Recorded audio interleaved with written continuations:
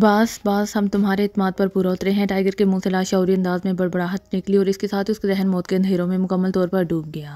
Transmitter से अचानक सीटी की आवाज़ सुनते ही इमरान ने चौंक कर सामने रखे हुए ट्रांसमीटर को देखा। उसके साथ बैठे हुए बाकी साथी भी बेइख्तियार चौंक पड़े थे। इन सबको नाटरान की तरफ से कॉल का इंतजार था और ये इंतजार करते करते उन्हें 3 घंटे गुजर चुके थे। इमरान ने हाथ बढ़ाकर ट्रांसमीटर का बटन ऑन कर दिया। Hello hello Natran calling over. Transmitter से नाटरान की आवाज़ सुनाई दी। Yes Ali Imran attending you over. Imran ने अपने असल लहजे में कहा, इमरान साहब मैंने तफसीली मालूमात हासिल कर ली हैं। आपकी लाशें माफ़ कीजिए, मेरा मतलब है कि आप और आपके साथियों के मेकअप में लाशें कर्नल मोहन अपने मुश्कबारी हेडक्वार्टर में लेकर आ चुका है। वहाँ मादाम रेखा और शागल भी वज़ीर आज़म के हुक्म पर पहुँच गए। शागल अपने साथ गैस मेकअप वॉशर ले गया था। इससे आपका चेहरा चेक किया गया और फिर यह भी बताया गया कि शागल ने हंजर से चेहरे की खाल छील कर देखी, लेकिन मेकअप चेक ना हो सका।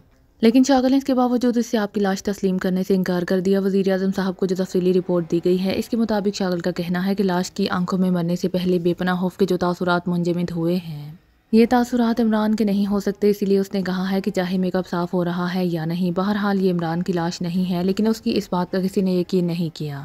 रेखा ने कर्नल मोहन का साथ दिया और कर्नल मोहन को काफिरिस्तान का सबसे बड़ा एजाज़ वीर चक्र दिया जा रहा है। इसके साथ ही वज़ीर आज़म साहब ने सिर्फ मिलिट्री इंटेलिजेंस को बवाजा पहाड़ियों में रहने का हुक्म दिया है और बाकी सब एजेंसियों को फौरी वापसी का हुक्म दे दिया है और इस पर फौरी अमल दरामद भी शुरू हो गया है। ओवर नाटरान ने पूरी तफसील बताते हुए कहा और इमरान के लबों पर मुस्कुराहट रेंग गई। शागल से मुझे ऐसी जहानत की उम्मीद नहीं थी कि वो इस तरह आंखों में मुंजमद खौफ के तासुरात के बिना पर इतना बड़ा फैसला कर देगा।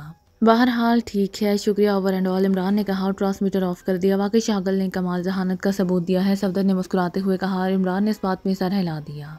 अब हमें सरदार मोहन सिंह के इस अड्डे की तरफ रवाना हो जाना चाहिए। हमारे पहुंचने तक वो हाली हो चुका होगा और हम इत्मीनान से वादी तरनाम तक पहुंच जाएंगे और अगर वो स्टोर तक अभी तक मौजूद है तो फिर उसे तबाह करने में कोई रुकावट बाकी ना रहेगी। इमरान ने मुस्कुराते हुए कहा, मौजूद है क्या मतलब? सफदर ने चौंक कर पूछा तो इमरान मुस्कुरा दिया। एक और टीम भी इस मिशन पर काम कर रही है, हो सकता है कि वो हमसे पहले वहां तक पहुंच जाए। इमरान ने मुस्कुराते हुए जवाब दिया और साथ उसने वहां मौजूद एक आदमी को सरदार मोहन सिंह को बुलाने का कह दिया। दूसरी टीम क्या मतलब? इस बार चौहान और तनवीर ने भी हैरत भरे लहजे में कहा, ये एक प्राइवेट टीम है, इसका ताल्लुक पाकिस्तान सीक्रेट सर्विस से नहीं है। इसका लीडर टाइगर है जबकि बाकी मेंबर्स जवान और जोसेफ हैं। इमरान ने जवाब दिया और सारे साथी इमरान को देखने लगे। और इसका मतलब है कि आपने खुद ये टीम बनाई है, लेकिन इसका फ़ायदा जब हम काम कर रहे थे। सफदर ने हैरान होकर कहा, मुझे मालूम था कि काफिरिस्तान की 4-5 एजेंसियां हमारे खिलाफ काम कर रही हैं और उन्होंने बवाजा पहाड़ियों को हर तरफ से घेरा हुआ होगा और अपनी तमाम तर तवानाइयाँ हमारे खिलाफ इस्तेमाल कर रही होंगी। इसके साथ साथ इस मिशन के लिए वक्त बिल्कुल कम था। अगर ये वक्त गुजर जाता है तो काफिरिस्तान का मिशन मुकम्मल हो जाएगा, नाकामी हमारे हिस्से में और लाखों मुश्कबारियों के हिस्से में मौत आएगी। इसलिए मैंने ये टीम अलहदा वहाँ भेजी है ताकि इन एजेंसियों की तमाम तर तवज्जो हमारी तरफ रहे और ये टीम मिशन मुकम्मल कर ले। मकसद तो लाखों मुश्कबारियों को इस वहशतनाक मौत से बचाना है। मकसद पूरा होना चाहिए। इमरान ने जवाब दिया तो सबके चेहरों पर तहसीन के तासुरात उभर आए। आपने वाकई दूरअंदेशी से काम लिया है, लेकिन इमरान साहब इस तरह आपने टाइगर जोसेफ और जवाना को क्या सरीहन मौत के मुंह में नहीं धकेल दिया? ये कोई आसान मिशन नहीं है। इन्हें भी भारतीय एजेंसियों से टकराकर ही बवाजा पहाड़ियों पर पहुंचाना होगा और फिर वहां मौजूद फौजों से टकराना होगा और वो बहरहाल आपकी तरह ज़हीन तो नहीं है। चौहान ने कहा, मुश्कबार में एक तहरीक आज़ादी के लिए काम करने वाले ग्रुप की भी टाइगर और उसके साथियों को हमायत हासिल होगी और मुझे यकीन है कि वो इनकी मदद से बवाजा पहाड़ियों में आसानी से दाखिल हो जाएंगे क्योंकि इन एजेंसियों की तवज्जो उनकी तरफ ना होगी। इसके अलावा मुझे यकीन है कि टाइगर जोसेफ और जवाना पर मैंने जो इत्मीनान किया है वो इस इत्मीनान पर पूरा उतरेंगे। मुझे उनकी सलाहियतों का इल्म है और इसके बावजूद भी अगर वो इस मिशन में हलाक हो जाते हैं तो मेरी नज़र में वो शहीद होंगे और शहादत की मौत का तो एक मुसलमान हमेशा ख्वाब देखता रहता है क्योंकि मौत तो बहरहाल आनी ही है और शहादत की मौत सबसे अरफा मौत है। इमरान ने कहा और सब साथियों ने इस बात में सर हिला दिए। लेकिन इमरान साहब, इन हथियारों को तबाह करने के लिए भी तो मखसूस हथियार इस्तेमाल होंगे और हमारे पास तो ऐसे हथियार नहीं हैं। अगर हम वहाँ पहुँच भी गए तो फिर उसे कैसे तबाह करेंगे? सफदर ने कहा, टाइगर को तो मैंने एक मखसूस हथियार साथ दे दिया था जिसे आमतौर पर कास्मोस गन कहा जाता है, लेकिन मेरे लिए वो ज़रूरी नहीं है। मैं उन्हें बगैर कास्मोस गन के भी तबाह कर सकता हूँ। इमरान ने जवाब दिया। फिर इससे पहले कि उनके दरमियान मजीद कोई बातचीत होती, सरदार मोहन सिंह कमरे में दाखिल हुआ तो इमरान उठ खड़ा हुआ और उसके उठते ही बाकी साथी भी उठ खड़े हुए। हमें इत्तला मिल गई है कि हमारी लाशों को असल करार दे दिया गया है और तमाम एजेंसियों को फ़ौरन वापस काफिरिस्तान जाने के अहकामात मिल चुके हैं, इसलिए अब तुम्हारा वो अड्डा हाली हो चुका होगा। इमरान ने कहा, ठीक है, मैं आपके साथ चलता हूँ। सरदार मोहन सिंह ने कहा, नहीं, तुम यहाँ के काम संभालो। हवेली की तबाही के बाद तुम्हारे लिए यहाँ फौरी मसाइल पैदा हो गए हैं, तुम उनसे निपटो। हमारे साथ अपना कोई खास आदमी भिजवा दो, हमें सिर्फ रहनुमाई चाहिए और थोड़ा सा असलहा भी। इमरान ने कहा, असलहा तो आपको वहाँ से जितना चाहे मिल जाएगा। शराब के स्टोर के अलावा वहाँ असलहे का स्टोर भी मौजूद है। आदमी बहरहाल में साथ भेज देता हूँ, सरदार मोहन सिंह ने कहा और फिर वो उन्हें साथ लेकर इस खुफिया अड्डे से बाहर आ गया। अपने रहाइश गाह में मौजूद जीप उसने दोबारा उनके हवाले कर दी और साथ ही एक नौजवान धीरज सिंह को भी इनके साथ कर दिया। फिर इमरान और उसके साथी तकरीबन 4 घंटों के मुसलसल सफ़र के बाद इस इमारत तक पहुँच गए जहाँ से खुफिया अड्डे का रास्ता जाता था। यह इमारत जिसके मुतालिक सरदार मोहन सिंह ने बताया था कि वहाँ पावर एजेंसी का कब्जा था, खाली पड़ी हुई थी। पावर एजेंसी के अफराद वहाँ से जा चुके थे। आइए जनाब, मैं आपको स्टोर तक ले चलूँ। मुझे सरदार साहब ने पूरी हिदायत दे दी हैं। इस इमारत में पहुंचते ही धीरज सिंह ने कहा और इमरान ने इस बात में सर हिला दिया। फिर वो एक मखसूस रास्ते से एक पहाड़ी क्रैक में दाखिल हुए। ये कुदरती तौर पर एक राहदारी की सूरत में थी। ये क्रैक बेहद तवील है जनाब, इसलिए हमें काफ़ी पैदल चलना पड़ेगा, धीरज सिंह ने कहा और इमरान ने उसे कोई जवाब देने की बजाय सिर्फ इस बात में सर हिला दिया और वाकई उन्हें 3-4 घंटे पैदल चलना पड़ा। ये क्रैक शैतान की आंत की तरह तवील से तवील तर होता चला गया था। रास्ते में बेशुमार जगह मोड़ आए, लेकिन ये कुदरती क्रैक बहरहाल मौजूद रहा। फिर वो एक बहुत बड़े कुशादा गारनुमा हिस्से में पहुंच गए।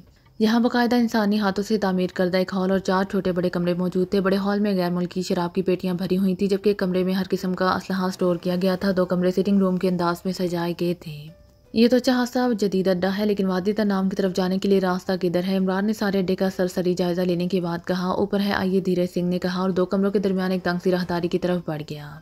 इमरान और उसके साथ उसके पीछे चल रहे थे। राहदारी को आगे जाकर एक पहाड़ी चट्टान ने बंद कर दिया था। धीरज सिंह ने एक तरफ लगे हुए हुक को जोर से खींचा तो चट्टान किसी दरवाजे की तरह खुद बहुत खुल गई। दूसरी तरफ भी एक क्रैक सा था और वो सब इस राहदारी से निकलकर इस क्रैक में आ गए। ओ दूर से मिसाइल चलने की आवाज़ें सुनाई दे रही हैं, जल्दी करो, यहाँ कुछ हो रहा है, इमरान ने बेचैन होते हुए कहा और धीरज सिंह तेजी से आगे बढ़ने लगा। कुछ फासले पर जाने के बाद क्रैक खत्म हो गया और धीरज सिंह ने यहाँ भी एक तरफ लगे हुए हुक को खींचा तो चट्टान किसी दरवाजे की तरह हट गई। दूसरी तरफ एक तंग सा गार था जिसका दहाना दूसरी तरफ वादी में खुलता था। जैसे ही वो गार में पहुंचे, उन्हें एहसास हुआ कि बाहर बेतहाशा फायरिंग हो रही है और गोलियां ऊपर से नीचे के रुख पर चलाई जा रही हैं। इमरान तेजी से दहाने की तरफ दौड़ पड़ा, उसके साथी भी उसके पीछे थे और फिर जैसे ही इमरान ने गार के दहाने से बाहर सर निकाला तो वो बुरी तरह चौंक पड़ा। उसने करीब ही 3 अफराद को दौड़ते हुए देखा। ये तो टाइगर, जोसेफ और जवाना है, इमरान ने चीख कर कहा और तेजी से बाहर निकलने ही लगा था कि सफदर ने यकलहत बाजू से पकड़कर उससे अंदर खींच लिया। क्या कर रहे हैं आप? बाहर फायरिंग हो रही है, सफदर ने कहा, लेकिन इमरान ने झटके से इससे अपना बाजू छुड़ाया और उछलकर दहाने से बाहर निकल गया। उसका चेहरा आग की तरह तप गया था और आंखों से शोले से निकलते दिखाई दे रहे थे। उसके बाहर निकलते ही उसके साथी भी बाहर आ गए। फिर वो पहाड़ी चट्टानों के साथ साथ दौड़ते हुए आगे बढ़ते चले गए। फायरिंग मुसलसल जारी थी, लेकिन गोलियां तकरीबन 10-12 गज के फासले पर पड़ रही थी।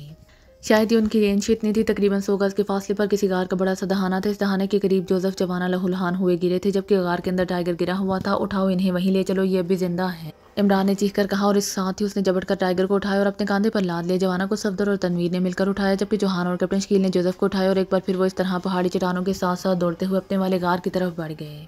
चंद लम्हों बाद वो गार के दहाने में दाखिल हो गए। धीरज सिंह वहां मौजूद नहीं था, वो बाहर ना निकला था। धीरज सिंह, दहाने को बंद कर दो वरना फौज अंदर आ जाएगी, इमरान ने अंदर की तरफ दौड़ते हुए धीरज सिंह से कहा और उसने इस बात में सर हिला दिया। चंद लम्हों बाद वो इस कमरे में पहुंच गए जहां इमरान ने कोने में बड़ा सा मेडिकल बॉक्स पड़ा हुआ देखा था। टाइगर, जोसेफ और जवाना को वहीं फर्श पर लटा दिया गया और इमरान इस बड़े संदूक नुमा मेडिकल बॉक्स की तरफ दौड़ पड़ा।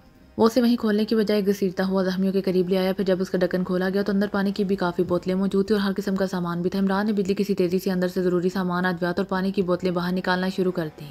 इमरान के चेहरे पर चट्टानों की सी संजीदगी थी, जबकि सफदर और दूसरे साथियों के चेहरों पर शदीद तरीन तशवीश के आसार नुमाया थे, क्योंकि उनके नुक्ते नज़र से ये तीनों इस कदर जख्मी थे कि उनके बच जाने का 1% भी चांस नहीं था और न जाने वो अब तक जिंदा कैसे थे। जोसेफ और जवाना की पुश्त और टांगों का भी हिस्सा गोलियों से चलनी हो रहा था, जबकि टाइगर की दोनों साइडों पर गोलियों के जख्म थे। इमरान ने कैप्टन शकील को तो पानी की मदद से इन तीनों के जख्म साफ करने पर लगा दिए और खुद उसने बारी बारी इन तीनों को इंजेक्शन लगाने शुरू कर दिए।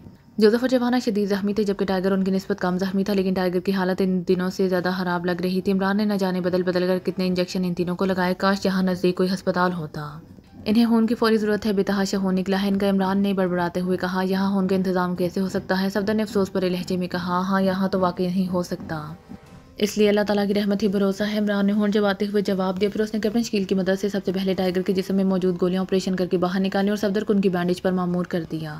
इसके बाद जवाना का ऑपरेशन शुरू हो गया और सबसे आखिर में जोसेफ की बारी आई। वो सब मुसलसल काम में मसरूफ थे, इन्हें इर्द गिर्द का होश ही नहीं था। हालांकि उन्हें मालूम था कि अब तक वादी में फौज पहुंच गई होगी और वो यहाँ आ भी सकती है, लेकिन इन तीनों की हालत ही ऐसी थी कि उनसे किसी को भी सिवाय इन तीनों की और किसी चीज़ का होश ना रहा था। इमरान के हाथ वाकई महारत और तेज़ी से मुसलसल चल रहे थे। यूँ लग रहा था जैसे उसकी सारी ज़िंदगी इसी काम में गुजरी हो। फिर तकरीबन 3 घंटों के मुसलसल काम के बाद इमरान के हाथ रुके। इन तीनों के जिस्मों पर बैंडेज हो चुकी थी और इमरान बारी बारी इनकी नब्ज़ें चेक कर रहा था। थोड़ी देर बाद उसने एक बार फिर इन तीनों को इंजेक्शन लगाने शुरू कर दिए। इंजेक्शन के 2 राउंड्स के काफ़ी देर बाद इमरान के चेहरे पर पहली बार इत्मीनान के हल्के से तासुरात उभरे थे।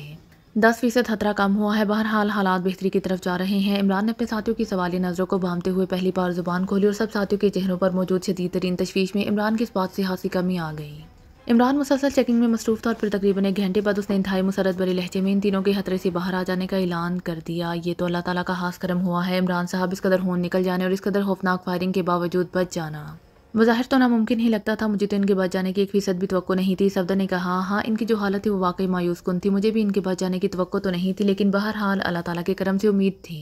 क्योंकि ये तीनों एक नेक और अरफा मकसद के लिए जदोजहद कर रहे थे और कुदरत ने होती ये इत्तेफाक पैदा कर दिया था कि हम भी इस वक्त यहाँ पहुँचे हैं जिस वक्त इन पर फायरिंग हुई है। इस इत्तेफाक से उम्मीद थी कि अल्लाह ताला इन्हें जिंदा रखना चाहता था, क्योंकि इत्तेफाक कुदरत की तरफ से ही पैदा किया जाता है। हम 2-3 घंटे बाद भी तो आ सकते थे। फिर यहाँ इस कदर मेडिकल मुकम्मल बॉक्स और पानी की बोतलों की मौजूदगी भी अल्लाह ताला का करम ही था। इसके अलावा जोसेफ और जवाना दोनों के अंदर कुदरती तौर पर बेपनाह कुव्वत मुदाफ़ियत मौजूद है। यही वजह है कि इस कदर ज़ख्मी होने, गोलियां खाने और खून बह जाने के बावजूद उनकी हालत इस कदर हस्ताना थी जितनी निस्बतन कम ज़ख्मी होने के बावजूद टाइगर की थी। अगर टाइगर इस कदर ज़ख्मी होता तो शायद वो हमारे पहुंचने तक जिंदा भी ना रहता। बहरहाल ये सब अल्लाह ताला का करम है, वो हर चीज़ पर कादिर है और नामुमकिन को मुमकिन बना सकता है। इमरान ने कहा और सब साथियों ने इस बात में सर हिला दिया। इन्हें उठाकर दूर नहीं ले जाया जा सकता, हम इस वक्त शदीद खतरे में हैं। लाजमन पूरी फौज वादी में फैल चुकी होगी और उन्होंने वो गार चेक कर लिया होगा जहां हम दाखिल हुए हैं और रास्ते की चराने तो बमों से उड़ाई जा सकती हैं। चौहान ने कहा। उसकी आप फिक्र ना करें, यहाँ कोई नहीं आ सकता। अगर ऐसा होता तब तक फौजी यहाँ पहुँच भी चुके होते। धीरे सिंह ने कहा तो सब चौंक पड़े। अरे हाँ, वाकई मुझे तो ख्याल ही ना आया था कितने घंटे गुजर चुके हैं और अभी तक फौजी यहाँ नहीं पहुँच सके। धीरे सिंह ने कहा और सब चौंक पड़े। अरे हाँ, वाकई मुझे तो ख्याल ही ना आया था कितने घंटे गुजर चुके हैं और अभी तक फौजी यहाँ तक नहीं पहुँच सके। इमरान ने चौंक कर कहा, जनाब ये हमारा हाथ अड्डा है, यहाँ मुकम्मल तरीन इंतजामात हैं। मैंने वापसी पर इस गार का दहाना बाहर से बंद कर दिया था। इसके साथ ही नीचे तहखाने में जाकर यहाँ से कुछ दूर एक और गार का दहाना खोल दिया था। अब फौजी वहाँ टकरे मार रहे होंगे। धीरे सिंह ने कहा। ओ यहाँ तहखाने भी हैं। इमरान ने और सब साथियों ने कहा। जी हाँ, नीचे 2 बड़े तहखाने हैं जिनमें ट्रांसमीटर भी नस्ब है और दूसरी मशीनरी भी है जिनसे गारों के दहाने ब्लॉक किए जा सकते हैं। धीरे सिंह ने जवाब देते हुए कहा। लेकिन जब हम इस गार में दाखिल हुए थे तो इस वादी का मुंह दहाना तो खुला हुआ था। इमरान ने कहा। जी हाँ, वो आमतौर पर खुला रहता है लेकिन एमरजेंसी की सूरत में ब्लॉक किया जा सकता है और एक और गार का दहाना इस मशीनरी की मदद से खोला जा सकता है जो सिर्फ गार है और कुछ नहीं। हमारे बड़े सरदार शेर सिंह ने खास तौर पर इस अड्डे की प्लानिंग की थी। धीरे सिंह ने फखरिया लहजे में कहा और इमरान ने इस बात में सर हिला दिया। टाइगर, जोसेफ और जवाना की यहाँ वादी नाम में मौजूदगी से तो यही पता चलता है कि ये स्टोर को तबाह करने के लिए यहाँ पहुंचे थे और जिस गार के दहाने से उन्हें उठाया गया है इसमें असलहे की पेटियां तो मौजूद थी लेकिन वहाँ कोई मशीन वगैरह ना थी और ना ही वहाँ ऐसा कोई स्टोर था जैसा आप बता रहे थे। सफदर ने कहा। वैसे उसे अच्छी तरह चेक करने का तो इस वक्त होश नहीं था लेकिन मैंने टाइगर को उठाते हुए वहाँ महसूस गैस की मौजूदगी महसूस की थी जो कास्मोस गन के फायर की वजह से ही हो सकती है। इसके अलावा टाइगर के पास कास्मोस गन भी नहीं थी और जिस पोजीशन में ये जख्मी हुए हैं इसे यही लगता है कि टाइगर कास्मोस गन लेकर इस कार के दहाने की तरफ दौड़ा था जबकि जोसेफ और जवाना अपनी पुश्त पर गोलियां खाकर इसे कवर दे रहे थे। इससे तो यही जाहिर होता है कि वही गार या सल स्टोर था। बहरहाल अब ये होश में आएंगे तो सल सूरत हाल का इल्म होगा। इमरान ने कहा। वैसे इमरान साहब, इन तीनों ने जिस अंदाज में काम किया है मैं तो इससे बेहद मुतासिर हुआ हूँ। ये तो दलेरी, जुर्रत और जज्बे की इंतहा है। सफदर ने कहा। हाँ वाकई सफदर, मुझे तो तवक्को ही नहीं थी कि ये लोग मिशन की खातिर इस तरह सरीहन मौत के दहाने में छलांगे लगा देंगे। इन्हें तो मालूम नहीं था कि हम यहाँ पहुँच चुके हैं और हम उन्हें वहाँ से उठा लेंगे और इनका इलाज भी हो जाएगा।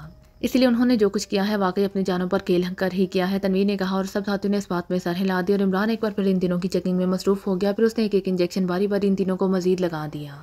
जोसेफ और जवाना तो शायद जल्द ही होश में आ जाए, अलबत्ता टाइगर को भी होश में आने में देर है। इमरान ने कहा और सब साथियों ने इस बात में सर हिला दी। फिर तकरीबन 1 घंटे बाद जोसेफ के जिस्म में हरकत के तासुरात नमूदार हुए और वो सब इस तरफ मुतवज्जे हो गए। बब बब बास को गग गग ग्रेट बास को शांगा देवता मामा मेरा सलाम दे देना। शांगा देवता बब बब बास को कह देना कि तुम्हारा गुलाम तुम्हारे हुक्म का हक अदा नहीं कर सका, उसे माफ़ कर देना। बब बब बास को कहना कि अपने गुलाम को माफ़ कर देना। वो बास ग्रेट है, वो माफ़ कर देगा। जोसेफ हल्की आवाज़ में रुक रुक कर बोल रहा था। ये भी पूरी तरह होश में नहीं आया, नीम शौरी कैफियत में है। इमरान ने मुस्कुराते हुए कहा। मास्टर मैंने तुम्हारे हुक्म की तामील कर दी है। हम मास्टर, तुमने जो हुक्म दिया था वो पूरा कर दिया है मास्टर। उस लम्हे जवाना के मुँह से भी टूट टूट कर अल्फाज निकलने लगे और इमरान के चेहरे पर बेपनाह मुसरत के तासुरात और बराए बास अपने गुलाम को माफ़ कर दो। बास अपने गुलाम को माफ़ कर दो। तुम्हारा गुलाम जोसेफ गिर रहा है। जोसेफ तुम्हारे इत्मीनान पर पूरा नहीं उतर सका। वो माफ़ कर दो बास माफ़ कर दो। जोसेफ की आवाज़ एक बार फिर सुनाई दी लेकिन अब पहले की निस्बत उसकी आवाज़ ज़्यादा बुलंद और वाज़ेह थी। इमरान खामोश बैठा हुआ था। उसने कोई जवाब ना दिया था और ना ही इन्हें झंझोड़ा था। उसे मालूम था कि इस कैफियत में उन्हें चेहरे से हमेशा के लिए उनके जहनों पर असर पड़ सकता है। फिर थोड़ी देर बाद ही जोसेफ ने आंखें खोल ली लेकिन इमरान अभी खामोश बैठा हुआ था। ये माम मैं कहाँ हूँ?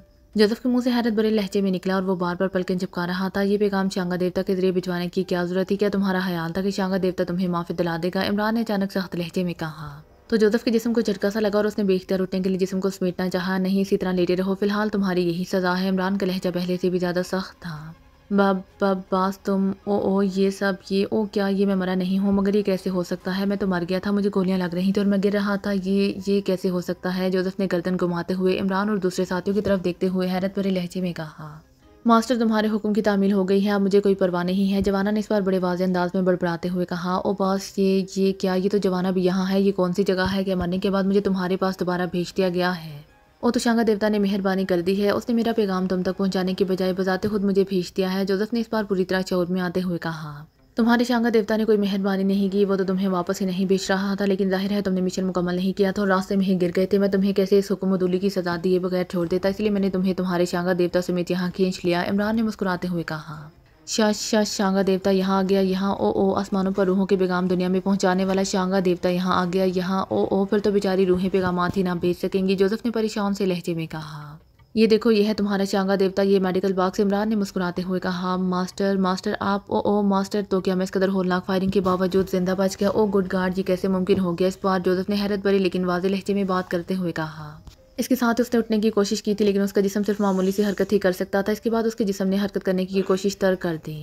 अल्लाह ताला का करम हो गया है, जब तुम लोग गिरे तो इस वादी में पहुंच गए और फिर फौरी तौर पर तुम्हें उठाकर यहाँ लाया गया। ये यहाँ मेडिकल बॉक्स और पानी की बोतलें मौजूद थी। चुनांचे अल्लाह ताला ने करम किया और तुम हालात के मौत की दलदल में गले गले तक फंस चुके थे, लेकिन अल्लाह ताला के करम से तुम दोबारा ज़िंदगी की तरफ लौट आए। इमरान ने इस बार इंतहाई संजीदा लहजे में वजाहत करते हुए कहा। लेकिन बास मुझ पर तो इस तरह गोलियां बरस रही थी कि मेरा ख्याल है कि मेरे सारे जिस्म में गोलियां ही गोलियां होंगी। फिर मैं कैसे बच गया? मुझे तो अब तक यकीन नहीं आ रहा, लेकिन आपके और बाकी साथियों की मौजूदगी तो यही बता रही है कि ऐसा हो चुका है। जवाना ने कहा। ऐसी बातें हम इंसान नहीं समझ सकते, मशीयत एज़दी जो चाहे कर सकती है। तुम ये बताओ कि जोसेफ तो कह रहा है कि मिशन मुकम्मल नहीं हो सका, जबकि तुम नीमगची की हालत में कह रहे थे कि मिशन मुकम्मल हो चुका है। टाइगर अभी तक बेहोश है, उसके अंदर तुम दोनों जितनी कुव्वत मुदाफ़त बहरहाल नहीं है, इसीलिए उसे होश में आने के लिए काफ़ी देर लगेगी। इमरान ने संजीदा लहजे में कहा।